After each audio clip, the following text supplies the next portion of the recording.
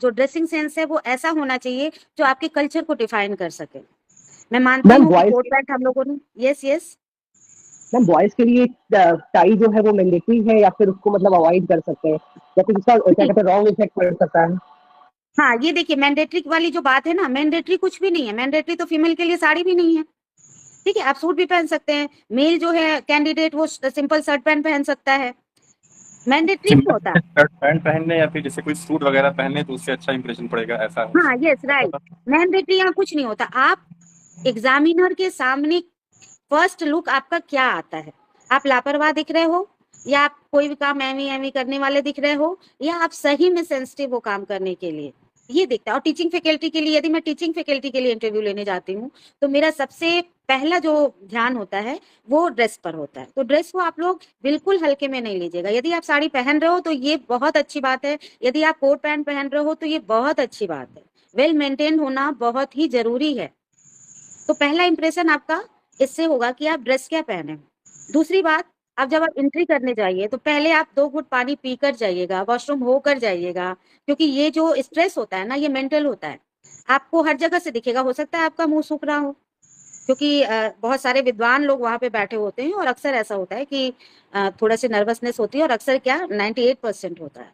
तो आप थोड़ा सा पानी पीकर जाइए, एकदम कूल होकर जाइए। और मैं ये कहूंगी कि आप ये सोच कर जाइएगा कि ये इंटरव्यू मेरा होने वाला है, मुझे जितना नॉलेज है सामने वाले को नहीं है। समझ रहे हैं? बहुत बार ऐसा होता है कि आप ये सोचते हैं कि जो सामने 4 लोग बैठे हैं पैनल में वो बहुत विद्वान हैं और वो कहीं से कुछ भी क्वेश्चन पूछ सकते हैं। हाँ पूछ सकते हैं, विद्वान है, एक्सपीरियंस है भाई, इसमें कोई डाउट नहीं है कि वो वहां तक पहुंचे हैं तो बहुत विद्वान होंगे। लेकिन मैं आपके लिए बोल रही हूँ कि आप ये सोचकर जाइएगा कि मैं जितना पढ़ा हूँ, मुझे जितना नॉलेज है उससे ज्यादा इन लोगों को नहीं है। ये आपके कॉन्फिडेंस को एनहेंस करेगा, आपके कॉन्फिडेंस को बढ़ाएगा, और आपके चेहरे से वो कॉन्फिडेंस दिखेगा कि नहीं बच्चा कुछ भी बोल सकता है। हो सकता है आंसर ना आए, जरूरी नहीं है कि सबको सारे आंसर्स आते हैं, लेकिन जो भी आंसर्स देंगे जब आप मुस्कुराते हुए देंगे ना, आपकी आंखों में जो कॉन्फिडेंस होगा वो कॉन्फिडेंस सिर्फ इससे आएगा कि नहीं मुझे सब कुछ आता है। और यदि ये जॉब नहीं लगी तो कोई बात नहीं, मैं नेक्स्ट ट्राई कर लूंगा, ये मेरा लास्ट चांस नहीं है। तो ये जी मैम, एक कॉन्फिडेंस आप क्वेश्चन ये है लेकर मेरा। जाइए। जी मैम, हेलो। हाँ, हाँ जी मैम एक बोलिए। क्वेश्चन ये है मेरा कि जैसे कि इंटरव्यू पैनल में 4 लोग या 5 लोग जैसे बैठे हुए हैं, तो उसमें में से किसी एक ने मुझसे सवाल पूछा। हाँ, तो हम्म। क्या जो है क्या ना हमें उसका जवाब मतलब क्या उन्हीं को देख के देना है कि सबको देखते हुए देना है? मतलब अब जैसे कि हम हमारा आई कांटेक्ट किस पे होना चाहिए? जी जी जी, बहुत अच्छा क्वेश्चन है। क्वेश्चन आप ऐसे दीजिए जैसे क्वेश्चन का आंसर आप ऐसे दीजिए जैसे आप स्पीच दे रहे हैं। जब आप स्पीच दे रहे होते हैं तो आपके आगे जो ऑडियंस खड़ी होती है किसी एक को देखकर नहीं दे रहे होते हैं। जी जी ना जी। तो आप छत पे देखिएगा, ना तो आप टेबल पर देखिएगा। आपके जो आई कांटेक्ट आप मतलब लगभग हो जाता है, हाइट सबकी सेम हो जाती है वहां पे बैठने के बाद। तो चारों लोगों को देखिएगा थोड़ा थोड़ा, और जहां पे एकदम टू द पॉइंट वाला आंसर है वहां पर आप क्वेश्चन पूछने वाले एग्जामिनर से आप आई कांटेक्ट कर सकते हैं। यदि जैसे एक्सप्लेनेशन वाला क्वेश्चन, कोशिश करिएगा उधर ना देखिएगा, बाकी 3 लोग को बोर्ड उसके साथ मिलता है तो आप पहले तो उनको यही कहेंगे कि गुड मॉर्निंग होगा, यदि आफ्टरनून होगा, जो भी समय होगा आप सब उनको बोलेंगे, और बोलेंगे कि सर जैसा कि मुझसे ये कहा गया है कि मुझे इस टॉपिक पर पढ़ाना है, तो मैं इस समय जो पढ़ाने जा रही हूँ उसके लिए मैं सामने बैठे जो भी लोग हैं उनको एक स्टूडेंट ही मान के पढ़ाऊंगी। तो उसके बाद आप अपने टॉपिक को शुरू करिएगा। बाय द वे आपका कोई भी टॉपिक मिला है उस टॉपिक में आप ब्लैक बोर्ड पर डेट पहले डालिएगा, उसके बाद टॉपिक डालिएगा, और टॉपिक का बेसिक जो होगा उस पर पहले आप फोकस करेंगे। आपको 2 से 3 मिनट मिलेगा, मैक्सिमम 5 मिनट्स मिलेंगे आपको। तो आपको माइंड सेट करना है 2 मिनट के अंदर प्रेजेंस ऑफ माइंड के साथ कि मुझे इसमें किस किस पॉइंट पर ज्यादा फोकस करना है जो इम्प्रेसिव होगा।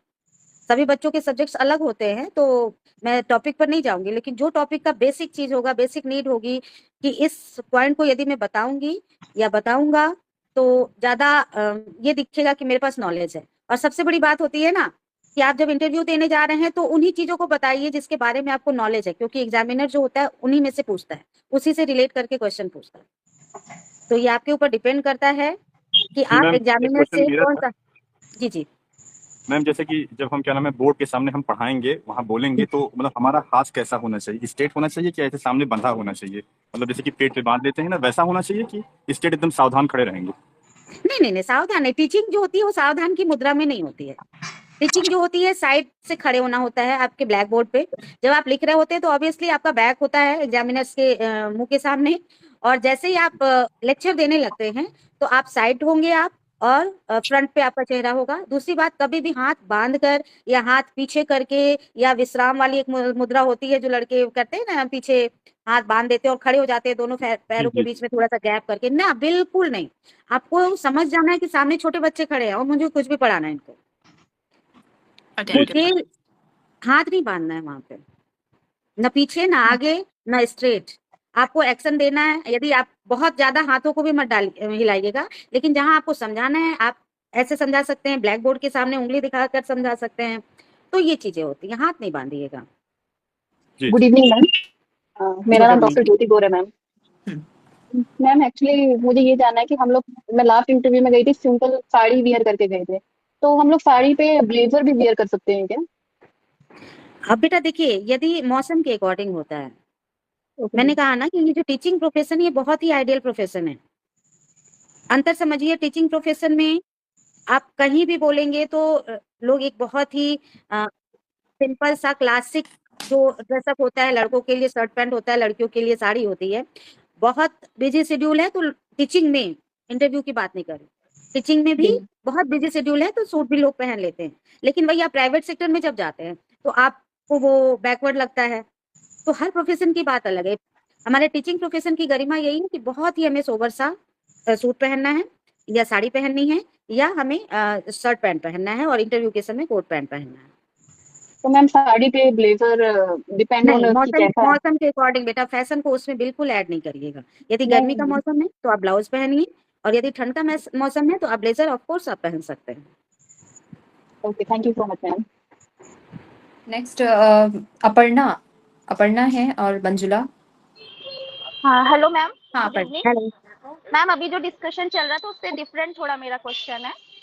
तो मेरा क्वेश्चन मैम ये है कि एक्चुअली जब मैंने बीएससी की थी, बीएससी के बाद मेरा 2 इयर्स का गैप था। Then I have completed my MSc in biochemistry from Allahabad university. After that मेरा वहाँ पे क्रेट हुआ 2013 में ही मेरी एमएससी हुई, and then I have qualified the CRET. और क्रेट का, बट उस समय ऐसा सिचुएशन चल रहा था कि क्रेट को उन्होंने तुरंत ज्वाइनिंग नहीं कराई उन्होंने जून जुलाई 2014 में, और मेरा दिसंबर, तो मैंने तब तो ज्वाइन कर लिया वहाँ पे।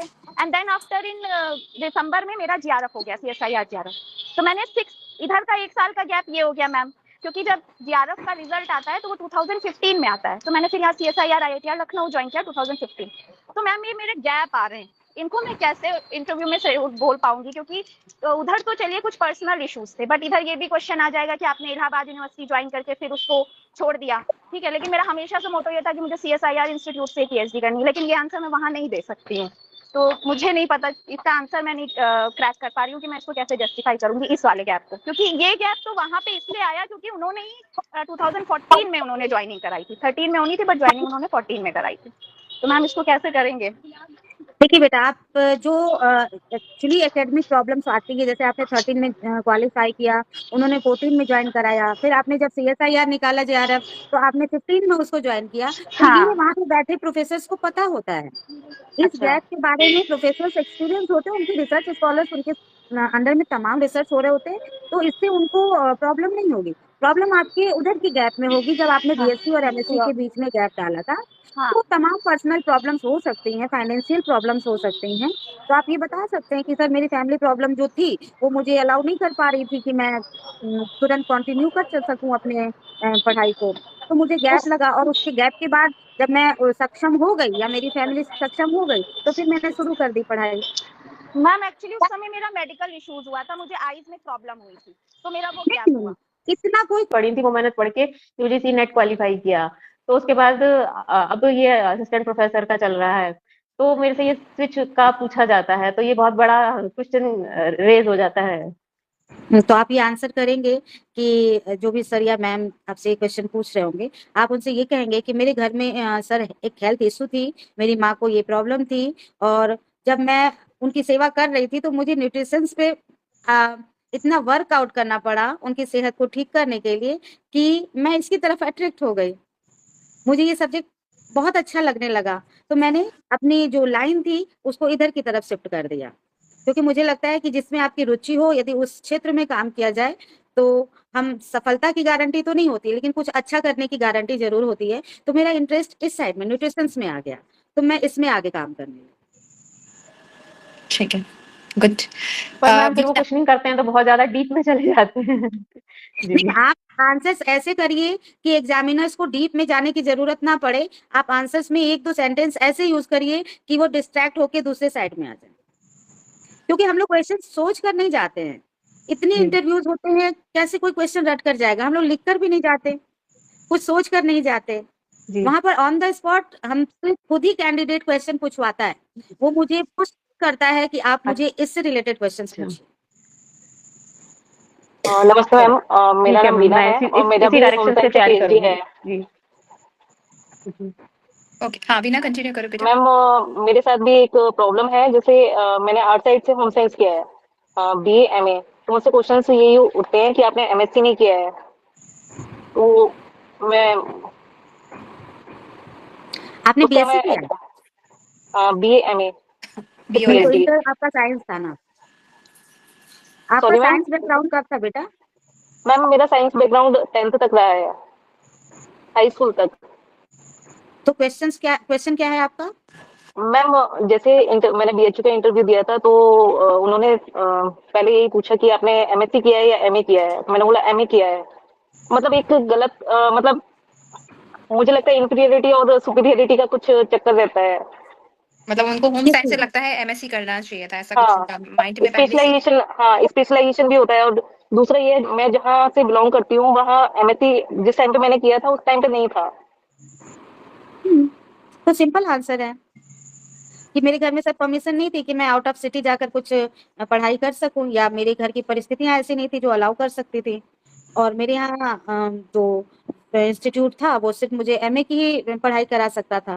तो सर, पढ़ाई छोड़ने से तो बेहतर है कि मैं उसी में अपना काम करती। और जहां तक सर आप लोग भी जानते होंगे कि आर्ट्स जो है, आर्ट्स की पढ़ाई वो बुरी नहीं होती, तो मुझे इसमें मजा आया पढ़ के। ओके और मैम, उसी एक और के क्वेश्चन था मेरा। बेस पर आप ऑलरेडी इंटरव्यू तक पहुंचे हो, इसका मतलब आप अपनी पढ़ाई में टोटली सक्सेसफुल रहे हो। Yes ma'am. मैम एक बार मतलब इंटरव्यू में ही जैसे इंटरव्यूअर फंसाने की कोशिश करते हैं कि मतलब किसी क्वेश्चन में कि आंसर उसका हमें नहीं पता है या थोड़ा बहुत पता है, तो उस कंडीशन में हमें क्या करना चाहिए? मतलब उसका आंसर अच्छे से हम नहीं दे पा रहे हैं। नहीं, थोड़ा बहुत तो आप एक्सप्लेन यदि कर रहे हैं तो उस एक्सप्लेन को करते करते टॉपिक को डिस्ट्रैक्ट कर दीजिए दूसरी तरफ। ठीक है? यदि आप थोड़ा बहुत उसमें आंसर दे रहे हैं, जैसे कि आपको कोई भी क्वेश्चन पूछा जा रहा है और आप उसमें आपको 25% या 50% आ रहा है आंसर, ठीक है, आपको लग रहा है कि मैं बोल पाऊंगी एक्सप्लेनेशन वाले, तो आप एक्सप्लेन करते करते टॉपिक को घुमा दीजिए दूसरी तरफ। यदि 2-2 पॉइंट वाले क्वेश्चन है तो आपको यदि नहीं आ रहा है या आपको कोई कंफ्यूजन है तो आप पहले बोलिए कि सॉरी सर, लेकिन मुझे ये लग रहा है थोड़ा सा कंफ्यूजन है, मैं एग्जैक्ट आंसर देने में अभी असक्षम हूँ, मैं कोशिश करूंगी कि मैं इसका आंसर ढूंढ सकूं। जी मैम, जैसे मैम कि एक्चुअली मैंने जब ऐसे होके बैठ गए, ऐसा भी नहीं होता है। आप स्ट्रेट बैठिए, लेकिन ऐसा नहीं है कि आपकी हड्डियां एकदम जम गई हुई हैं। बच्चों की हम लोग देखते हैं कि बैठे हैं तो एकदम हाथ ऐसे सीधे हुआ है, नो, आप नॉर्मल कंफर्टेबल जैसे आप वैसे बैठिए, ना तो आप ज्यादा टाइट हुई, ना तो आप ज्यादा झुके, नॉर्मल बैठिए। थाई पर यदि आपका हाथ है, आप थाई पर एक हाथ रखिए, दूसरे हाथ को यदि आप एक्सप्लेन कर रहे हैं तो आप अपने हाथ को हिला सकते हैं। और वहां पे आपके दोनों हाथ, जैसे होता है ना, कभी कभी लोग ऐसे ऐसे करके आंसर कर रहे थे या हिल रहे होते हैं, ये हिलना नहीं होता है। आप नॉर्मल बोलिए, आपका गर्दन हिले, और गर्दन भी हिलते समय ऐसा ना हो कि एकदम धड़ ऐसे एकदम स्ट्रेट हड्डियों की तरह कंकाल और ये ऐसे ऐसे, नो। आपकी बॉडी लैंग्वेज बहुत वहां पे मायने रखती है कि आप सामने वाले को फ्रेंड समझ रहे हो या कोई बहुत बड़ा विद्वान, आप उनको फ्रेंडली जवाब दीजिए।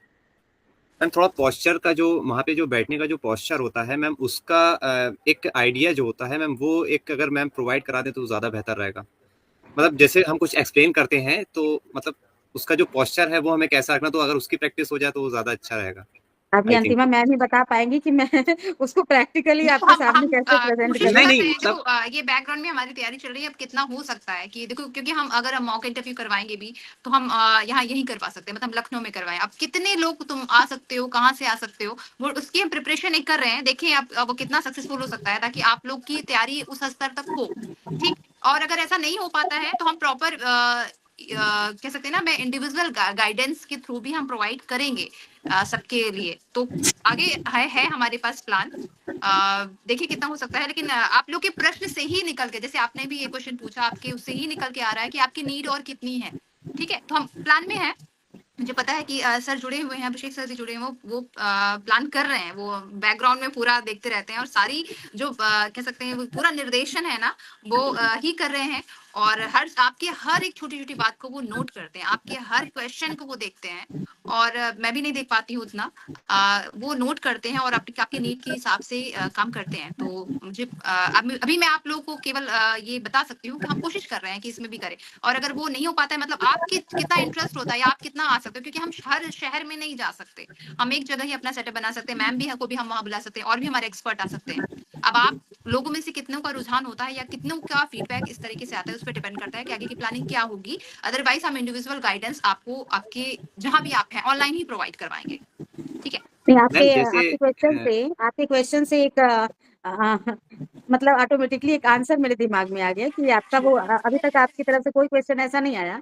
जब आप जाते हैं आप रूम में, इंटरव्यू वाले रूम में, और वहाँ 4-5 लोग बैठे होते हैं, तो बहुत बार बच्चे क्या करते हैं कि थोड़ा थोड़ा झुक के good evening ma'am, good evening ma'am, good evening sir, good evening जो भी है, गुड मॉर्निंग, ऐसे ऐसे जो थोड़ा थोड़ा 60 डिग्री पे घूमते हो, आप वो नहीं घूमना। यदि आप हिंदी के विद्यार्थी हो तो आप सभी को सादर नमस्कार ये कह सकते हैं। आप सभी बोलिए, आपको पर्टिकुलरली एक लोग को नहीं करना है, ठीक है। थोड़े सा एक बार झुकिए और बोलिए आप सभी को सादर नमस्कार। या आप यदि इंग्लिश बोल रहे हो, क्योंकि आप हिंदी में विषय में जा रहे हैं, तो कोशिश करिएगा कि आप हिंदी में बोलिए, ठीक है। हम लोग बहुत हंसी आती है कि हिंदी का बच्चा आता है और वो इंग्लिश में बोलना शुरू करता है, तो हम लोग बोलते हैं कि भाई हिंदी पढ़ाओगे कैसे। तो यदि आप हिंदी के विद्यार्थी हैं तो आप सभी को सादर नमस्कार बोलिए।